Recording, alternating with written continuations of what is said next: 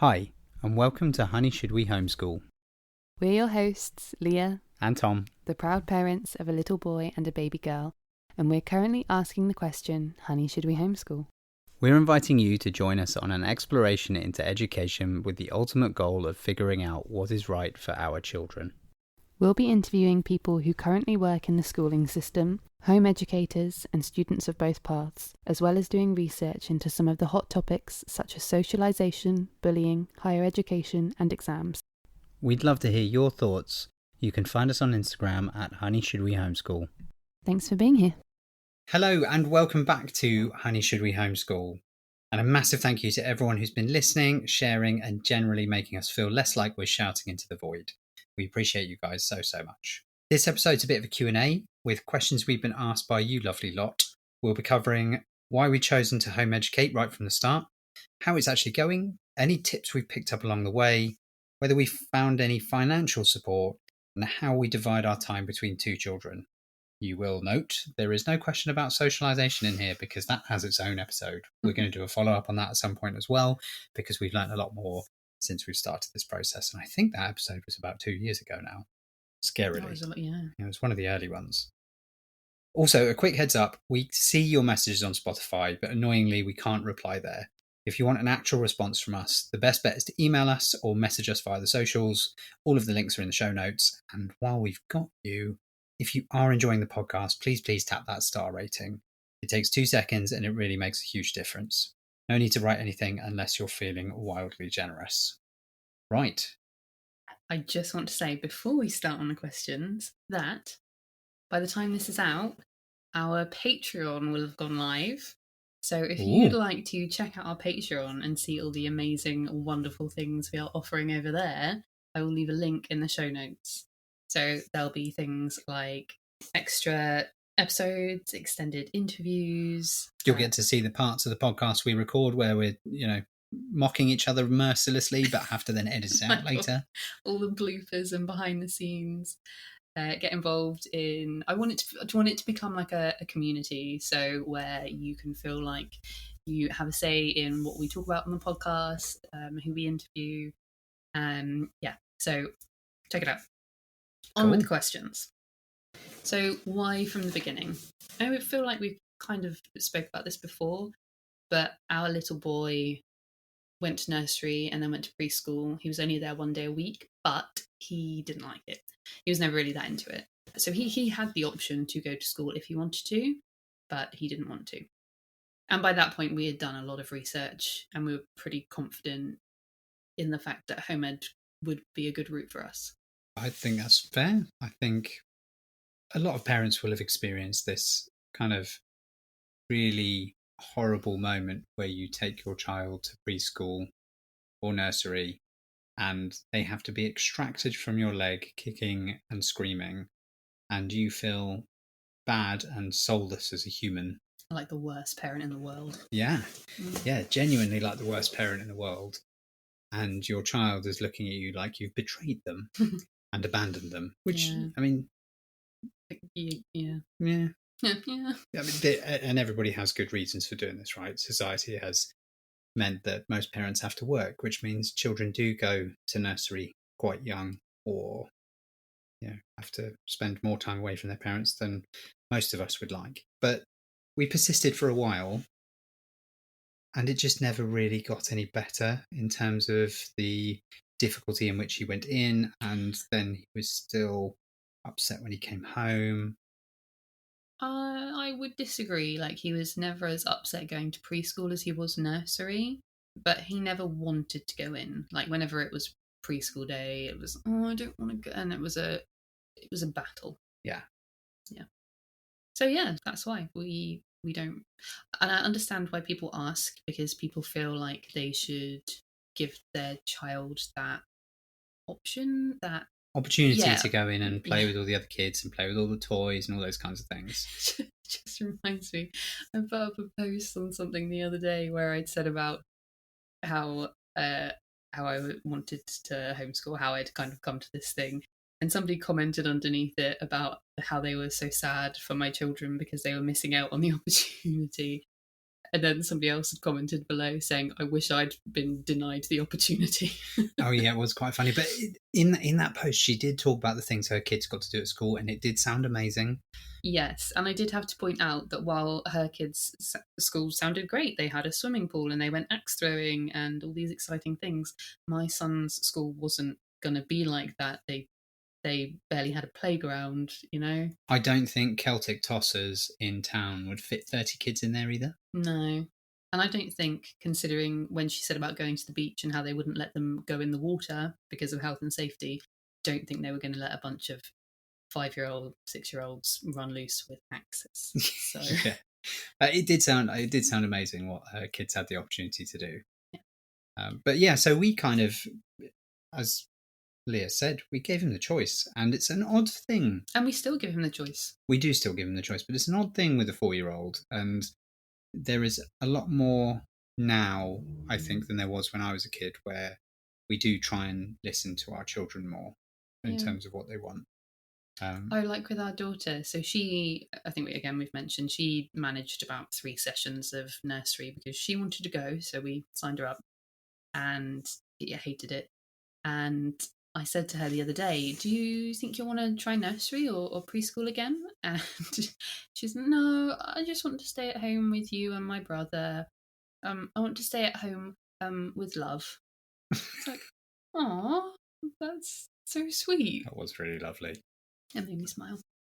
So yes, whilst some people might think we're crazy for giving a 4-year-old choice, and some people will say, well, they just need to, once they've been for a while, they'll enjoy it. We were in a very fortunate position that we didn't have to force that decision. We were able to change our lifestyle a little bit and adjust to mean that you didn't have to work so much and we could explore the opportunity of homeschool. Yeah. The next question is about financial support. This is a quick one. Yeah, no, we haven't. I'm really sorry. We've learned no more about financial support really than the last time we spoke about it, which I think was like episode 3 or 4. The only thing you can do is get in touch with your local council. In some councils, they might provide something, but unless your child has SEN, you're probably out of luck, I'm afraid. Yeah, it's a challenge. And we were talking about the fact that actually any parent that chooses to homeschool their kid is still probably paying the tax towards the school that their child is not going to. So we are paying towards the schools to benefit the other children, but we don't get any tax breaks ourselves or any kind of financial support from it. So, which is a bit disappointing, but it's the same as all the other services. You don't use them, but you pay for them, and that's how the country works. I think we should do a petition where they should let us use like the library facilities for free, like the printers and stuff. Oh, that would be great. Yeah, because that's still like the government, right?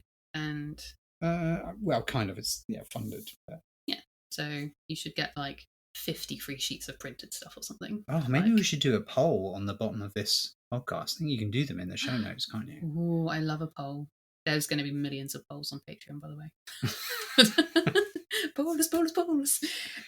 Yeah, so I'm really sorry. No.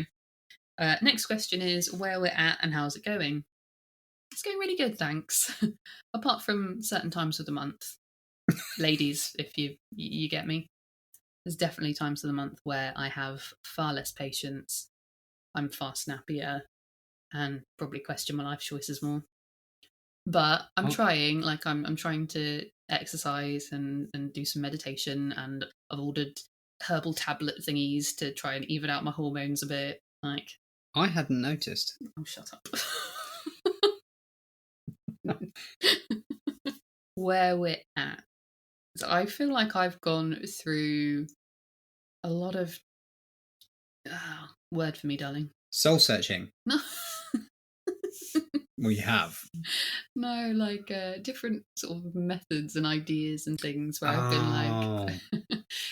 been like, oh, I'll do a letter of the week, or I'll do this, I'll try this. I tried. So our little boy would have like an allotted hour to use on his Kindle. So I would get him to do half an hour of that Teach Your Monster to Read app thingy before he was allowed to do, I don't know, watch his Transformers stuff or do whatever other games he wanted to play. And it worked for a bit, but then he just got bored of it, and he just stopped asking to use his Kindle. And when I asked him about it, he said, "Oh, I don't want to do the monster game." And for a while, it wasn't even a monster game. There was like about 5 different games that were all like ABC related kind of thing. But yeah, he just lost interest in it. And now I'm at a stage where I'm just sort of kind of letting him read when he wants to, sort of when he will actually try and do it quite a lot now, because he knows all of his phonics. Yeah, he does know all of his phonics. Sometimes he'll get a bit confused, or he'll get his letters mixed up, and he's very good at blending them together. So like he'll try and he tried to read the label in the back of the car, or when we were trying to use the microwave the other day, we were figuring out which one was minutes and seconds, and he'll try and read bits he sees on the TV or in his books. So I just kind of wait for those moments, because when I try and get him to read an actual book, like even one of the easy reader ones, I think he gets so overwhelmed by how much there is, because he'll go, "Oh, how many pages are left?" And even if it's only like 4 pages, that seems like such a mammoth task to him, because it takes him so long to kind of sound everything out. Yet he will go through a like 200-page Lego manual and do the whole thing. Yeah, but he doesn't have to engage his brain in that particular way. And no, but that's what I mean. So it's not a case of concentration Absolutely or not. attention span, because he's very capable of sitting and focusing on something for a really long time. But that part of his learning right now is not. I think it's just overwhelm. Because he can do it. I've seen him. He'll put words together and yeah. And to be fair, when we do it like that, I just get really stressed out, because it'll be like, right, so sound it out. I, g. Cool. So put it together. Ind. No, try again. I, g. So ind. Well, where's your D coming from? Where's the D coming from? Right. I, g. So, and it's like, and then I start getting really frustrated. I'm like, it's ing. that famous British word, Inga. Well, no, when it's at the end of a word, you know what I'm trying to say. Yeah, so I think learning to kind of adapt to what your children are interested in at that point in time. Yeah, and are capable and willing to do. The money has been like a massive inspiration for him to learn a lot of maths at the moment. Yeah, he's doing really well with his maths. Because he's trying to buy everything. Yeah, he's really interested in how much money he's got, how much stuff costs, what he can afford. But economics as well. I think it's really good that he's learning. Top tip: if you want to help your children learn to save, I found that when we went to one of the museum shops, you bribe them. Bribe them to save their money. I'm not sure it was a bribe. It was a demonstration that if you save, it can increase in value over time. That was pretty high interest they were getting there. Well, he had about 15 quid, I think, something like that. Yeah. And I said, if you don't buy this plastic tap that you're trying to buy right now, I'll give you another £1. It was like £3 though, wasn't it? Didn't he have £12 or something? You rounded out. I rounded it to 15. That might have been you that rounded it up. I'm not sure he's that good at negotiation yet. No, I was negotiating on his behalf. Yeah, well, it worked. His investment in saving his money meant that he earned a bit of money out of it. I thought it was quite a nice concept. If you save your money, you can then get something more. And actually, if you invest in the right places, that I've failed miserably at for my whole life, you can make your money. We're teaching our 5-year-old about investments, are we? Yeah. Okay. A great idea. Missed that lesson. We have a quite a good routine now to our weeks. So there's a maths meetup once a month on a Monday, where we'll go to a village hall. My friend organises it. She's amazing. It's 2 hours, and there'll be all these different maths themed things like board games. It sounds really exciting, actually. The way you've described it to me before you went, I was like, I want to do some of that. Yeah, it's really good, and they can explore things in their own time and in their own way and for how long they want. So rather than sitting them down and be like, right, we're going to do this worksheet, they get to play those orchard games or something. So like there's a bus counting one and magic maths, and they love snakes and ladders. And then we'll have a different kind of. So last time I took the food market thing we have and some pretend money, and she had a till. So they got to do that and write down little price tags for stuff. And then before that, we took some mirrors in so they could practice with symmetry and stuff. And it's really good. So they get a couple of hours to do that. And then we hang out in the park for a couple of hours afterwards so they can just run around and they make up these wonderful games. So the last Monday we went, we barely saw them. They were just gone for 2 hours. So that's once a month. And then the other Mondays, we'll either go to the community cafe where we get to hang out with all different age groups. So there's literally from babies to 80-year-olds. So we all have lunch together. Everyone kind of helps to lay the tables and get everything ready. So either the maths meetup or the community cafe on a Monday, or there might be an occasional other home ed trip that we go to. Tuesdays is our work day, so he goes to the childminder or our little girl goes to her granny's. And then Wednesday is kind of our adventure day. It changes every week and we get to see different people and do different things. So, for example, today we had a couple of friends round and we did freestyle baking where the kids were basically let loose let loose with the ingredients, got to put in what they wanted, and then we cooked it. This was inspired by the idea that you did this a few days ago, right? And you said to our little boy, okay, here are the ingredients. And you got to a point where you let go of the control of, we need to put this amount in, and just said, okay, you experiment. As a little 6-year-old, you experiment away and play with what you want to play with. And what he made was delicious. It was actually really good, yeah. It was really good. And I was given this bit of cake, not really fully knowing or understanding the fact that the ingredients had been handpicked by our little boy. I was really impressed. I was like, that's really good. So, yeah, it was a really lovely idea to then reenact that with some of his friends who came over today. And today I found it quite interesting that our 6-year-old boy, I mean, I think it's because he put so much golden syrup in it, but the cakes managed to not only like sink down, but kind of come up around the edge. They almost like they'd exploded over the edge. Yet the girls, the 3 and 4-year-olds that were teaming up and making, they were just hellfire. They actually made an edible cakey type thing. Yeah, it was pretty good. Yeah. It was like what the boys made was like a chewy, treacly thing in the shape of a Yorkshire pudding. Yeah, a bad Yorkshire pudding. Yeah. So it actually tasted okay. I would recommend doing it. Like it's great fun for them to see and getting them to choose what sort of temperature and how long and everything. I think it's really interesting experiment for them. So yeah, we did that today. Next Wednesday, there's a home ed meetup at a little say theme park, but we're in Cornwall. It's a Cornish theme park. And then the Wednesday after, no, it's Camel Creek. Oh, that's a good theme park. For Cornwall. For people that live near like Alton Towers and Legoland, they'd come down and be like, and Thorpe sorry, Park what is this? And Chessington. Yeah. Then the week after that, there's a zoo trip being organised. And then, I don't know, the week after that, there might be like a beach trip or something. Thursday tends to just be quite a relaxed home day.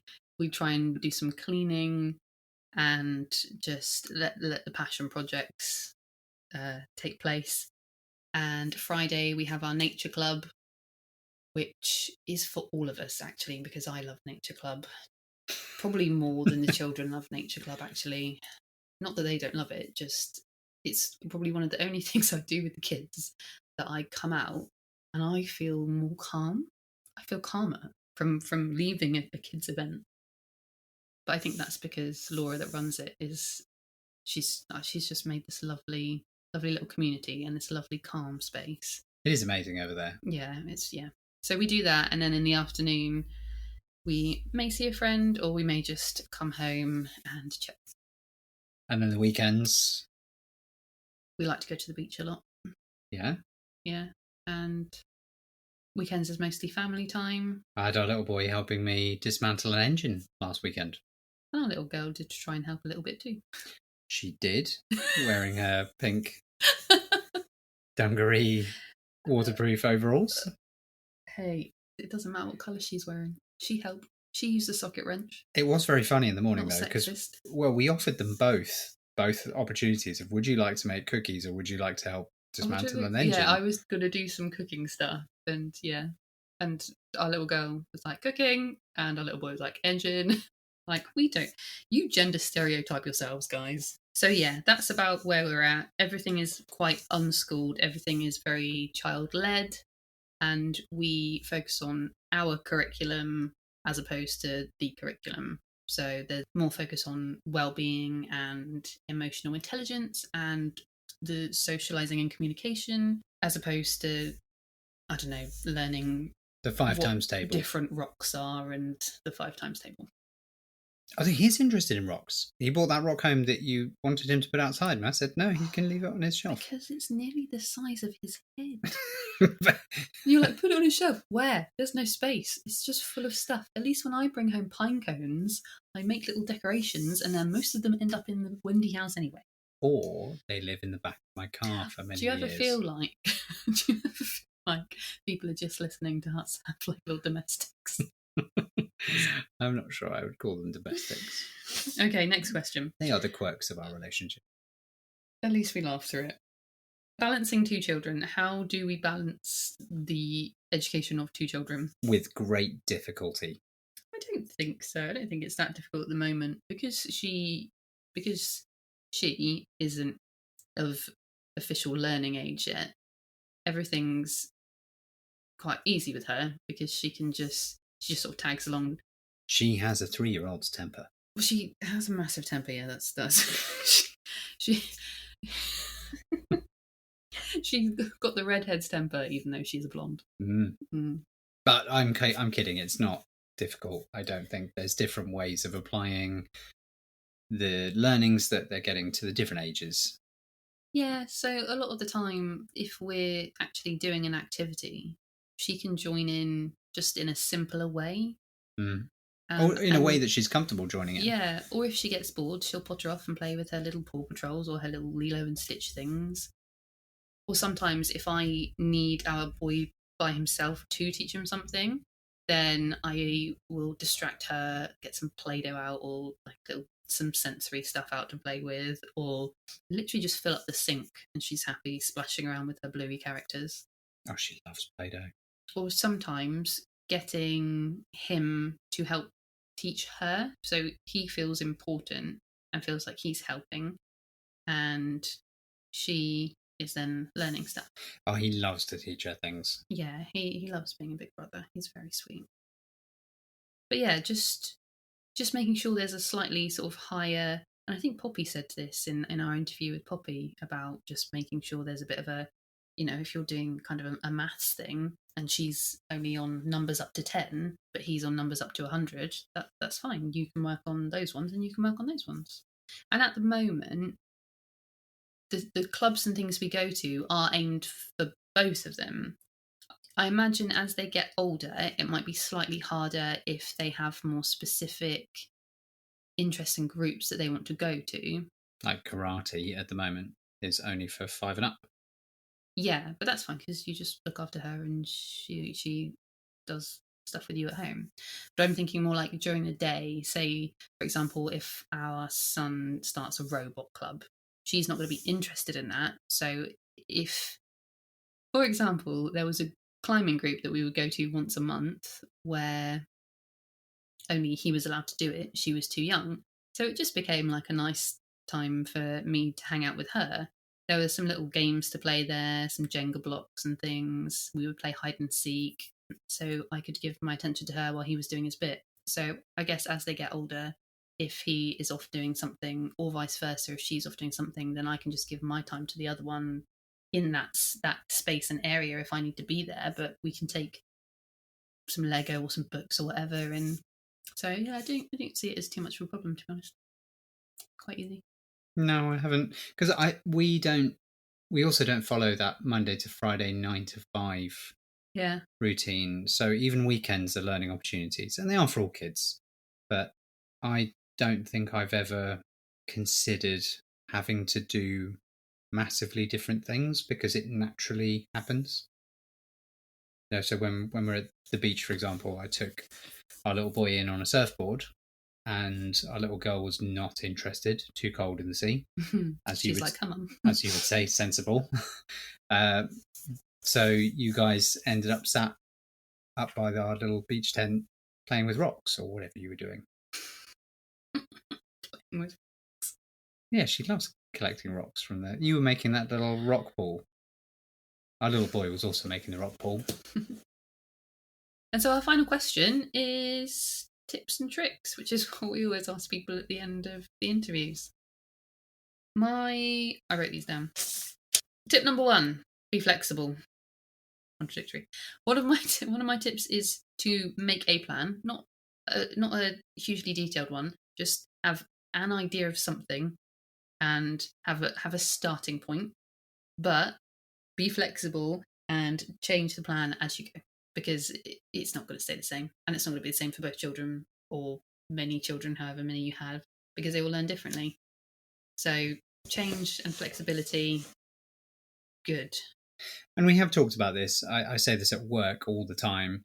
A plan is only really useful to understand how far you've moved away from it, because there are very few plans that actually work from start to finish. You always have to deviate, and the most important bit of that plan is to look at the end of it when you finish whatever you were trying to do, and say, okay, so we set out to do this. We've done something entirely different.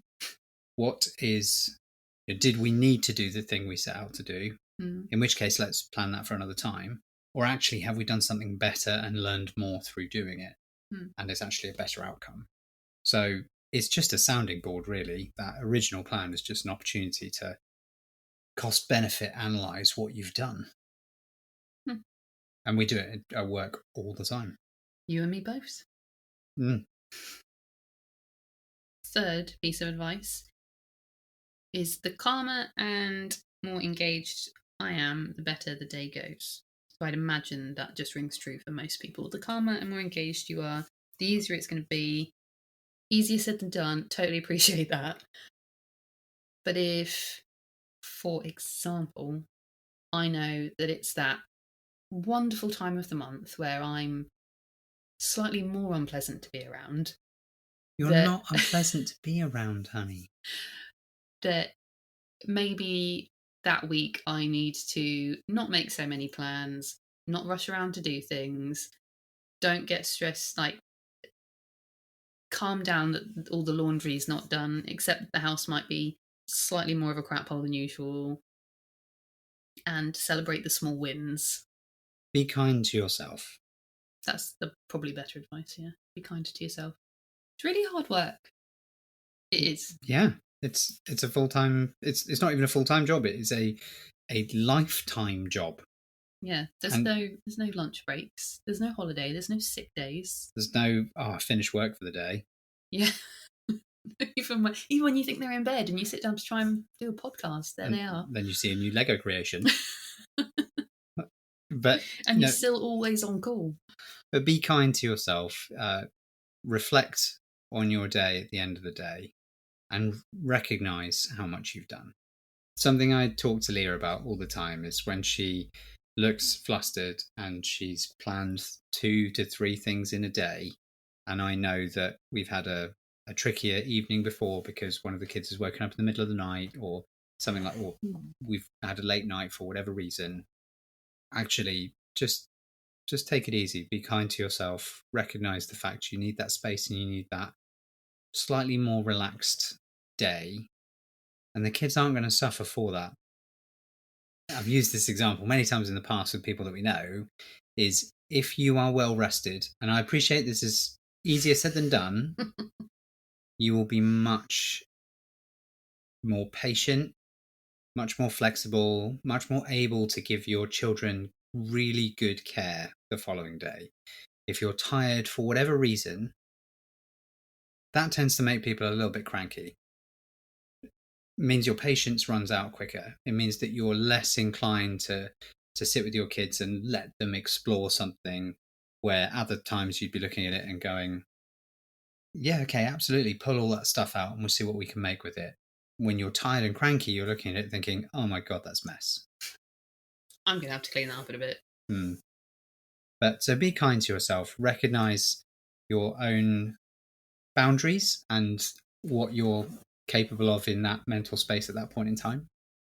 On the subject of what you said a second ago, I can't remember what you said, but on those days where you don't feel like you've done enough, I know some people don't like it, but have a chat with ChatGPT, because if you put in all the things you've done, it will often come out with a very good analysis of what your children could have learned from it.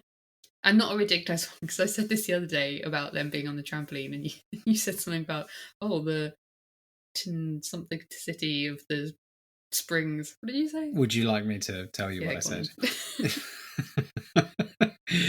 The tensile strength of the metal used to create the springs that go all the way around the edge of the trampoline, how often they rust, how many you need to keep the thing bouncing, and all the physics that's behind the bounce in the trampoline and the flex in the springs. And I was told to be quiet.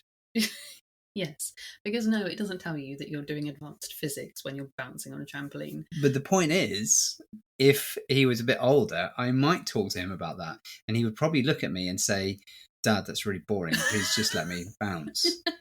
And I'd say, okay, you bounce away. That is absolutely what would happen. Stop taking the fun out of trampolining, Dad. You have made trampolining boring. Sell the trampoline, please. Yeah, but ChatGPT can help you to see the things your child can be learning even when you feel like you haven't done much, which can be really helpful and really mood boosting as well. It's important to recognise that all children have the same minutes in the day, and all children have the same minutes to learn in the day. And just because one might be focusing on a book at school or a book at home, another might be focusing on something entirely different, but that does not mean their brains are absorbing any less information if they're not reading that book and they're doing something slightly different. Just because it's not a worksheet doesn't mean it doesn't count. Yes. Don't try and replicate school. Don't try and replicate school. The reason you didn't send your child to school is so they didn't have to go to school. If you're choosing to do that type of home education, absolutely, make sure you follow their interests. Follow their interests. It's a really important one, and it's something that I struggled with, I think, in the early part of homeschooling. Is how do you ensure they are getting this adequate education that the council talks about? And no doubt your friends and family and parents will say to you, well, how do you know that they're on track? What's on track? I know some 30-year-olds that are children, still children. Whereas I know some 15-year-olds that are actually very grown up and are capable of building their own business. So it's a balance. What is adequate? What is and also, as I've said before, you can teach. So you can do a lesson. You don't know if they've actually absorbed any of that. No, that's also true. But your original point, home education allows you the flexibility to not do those things that they do in school. And it can be really hard to then, especially if you've been to school yourself, it can be really hard to balance that in your own mind and say, okay, I need to take away my preconceptions of how we judge progress. And I need to accept that and trust that my child is going to learn. If I provide the opportunity for them to learn, they will. Just because they might not be sitting an exam or a test or whatever it might be, does not mean they're not learning something. Yeah. And it's definitely something I struggled with, that preconception of, because all I had ever known was school, all I had ever known was human progress is marked. GCSEs. Yeah, GCSEs, A-levels. I'm not suggesting our kids won't end up doing those, but now at school there's SATs, there's pre-SATs, We had SATs. I did not. Yeah, that's because you went to posh boy school. All right. We had SATs at school. We had common entrance. Oh, I didn't have common entrance. It's because you were already common.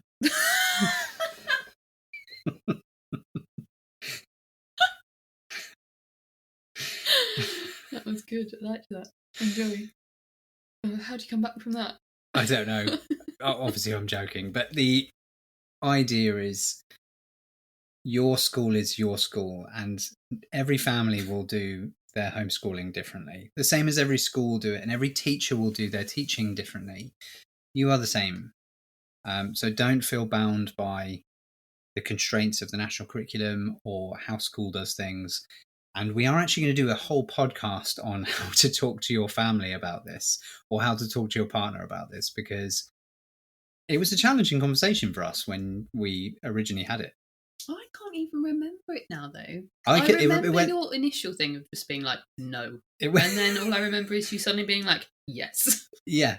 Well, that's, I was going to say, the initial conversation was that is, Yeah. would you consider homeschooling? No, I wouldn't. Yeah. And We'll have to sit and remember and how we actually got from no to yeah, absolutely, I'm not sending my children to school. Do you have any more tips and tricks? Oh, my other one was community. Find a little bit of community, even if it's just one group that you regularly go to. Yes, that's been good, actually. I've seen the benefits of that from not only an activity perspective, but also a sanity perspective. Yeah, it really helps to have a couple of home ed mama friends, or even home ed dada, but I don't really see many of them, unfortunately. Home ed parent friends who you can message if you don't want to talk to ChatGPT. You can message on those days being like, I don't feel like we've done much today, and half the time they'll message you back and go, yeah, neither have we. We've just done that, but that's okay, that's fine. Like, not every day has to be, rammed full of things and stuff, and part of the beauty of home education is being able to slow down. Let your children be children. Enjoy their childhood. Do I have any other tips? I think one of our previous guests said, be kind to yourself, you are doing a good job.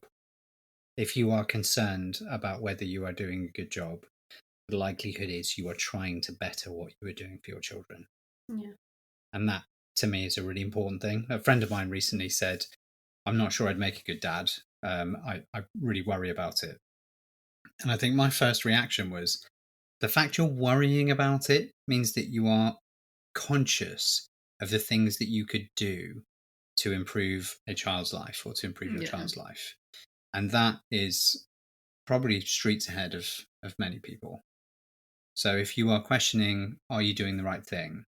It probably means that you're concerned enough to improve your child's learning. Yeah, it's kind of like a sign of caring, isn't it? Absolutely. And obviously there is a balance of being over worried and worrying too much, and that causing kind of worry paralysis almost, but worryalysis, yeah. But again, with things like the community and having a few people that are around you that you're able to speak to, and they don't necessarily need to be local, right? This could be people if you want to find a community online, go for it. Yeah, just find some people in the same boat. Yeah, and you won't, as with all parts of life, you won't agree with everything that they think, and they won't agree with everything you think, and that's also fine. That's part of the big mix of life. Hiccup. Your why. Yes, that's a good one. We were advised to do this. Write down your why. So, short paragraph on why you want to homeschool, why you've chosen to do it. It can be a long paragraph. It could be a page if you like. You could write 5 pages. You can Go write, crazy. Yeah, write a book on it. Actually, if you feel like there's enough in there, but it's a really good one. It's good to come back to on the days where you're like, ugh. Yeah, something to refer back to, something to remember why you started, something to keep you on track and give you the confidence that you're doing the right thing. And with your why, try and focus on the positives. We, as humans, can quite easily get sucked into the negatives. Like, we shouldn't send our kids to school because of X, Y, and Z. But actually, that's not the reason we're doing it. The reason we're doing it is because we think X, Y, and Z. And that's going to be very different for every different family. Yes. And that was profound. Super profound. And we'll end on that profound note, in fact. We can't make it any more profound. Thank you very much for all the questions that you guys have sent in. We will no doubt do another Q&A at some point in the not too distant future. These questions come up a lot. Some of the episodes that we did a few years ago, we're going to do a refresher on some of those as well, which hopefully will address some of the questions that people have. And we also need to reflect on our why and why we started, and listen back to that first episode that feels like a lifetime ago. Yeah. And why would you want to homeschool? Actually, we've got some experience now, and yeah, that would be a really interesting one. So, but thank you very much for tuning in. We hope you've enjoyed listening to our chat. Don't forget to leave us a star rating, check out the Patreon, and drop us a message with any ideas, questions, anything. We love hearing from you. And as always, thank you so much for listening. We love you all. Bye.